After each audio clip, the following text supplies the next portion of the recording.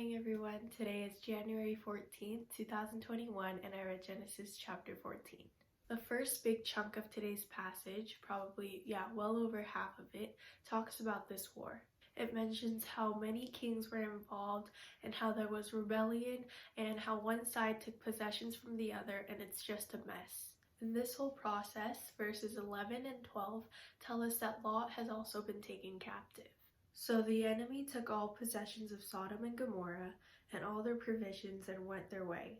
They also took Lot, the son of Abraham's brother, who was dwelling in Sodom, and his possessions, and they went their way.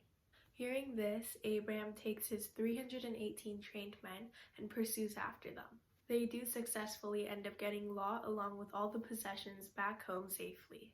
Now, this is the part that I want to focus on the most. When Abraham returns, he is blessed by King Melchizedek.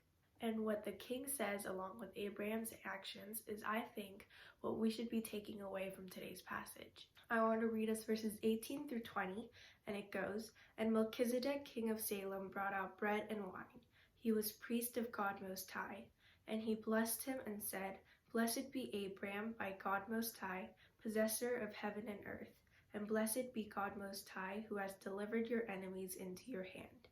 And Abraham gave him a tenth of everything." Even the king says that God is the one who delivered the enemies to Abraham's hands. And the last sentence of verse 20 says that Abraham gave a tenth of everything. This is the concept of us giving offerings and tithes, which is acknowledging that God is the one who provided us with everything and we give it back to him. Verses 21 through 24 talk more about this, and you can go ahead and read it on your own if you want, but this is the main point that I took away from today's whole passage. Live each and every day in gratitude and with the knowledge that God provided all these things and we wouldn't have anything without him.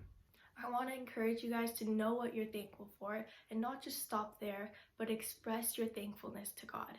Very simple example. If you had a normal day at school or work, don't just consider it as another day. God granted you this day. He gifted it to you, and he stayed with you through it all and made the road smooth with no bumps and troubles. I want you and me to live today with the acknowledgement that God is the provider of everything.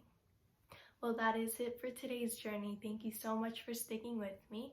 You can watch yesterday's up there, and I hope to see you tomorrow with Genesis chapter 15. Bye!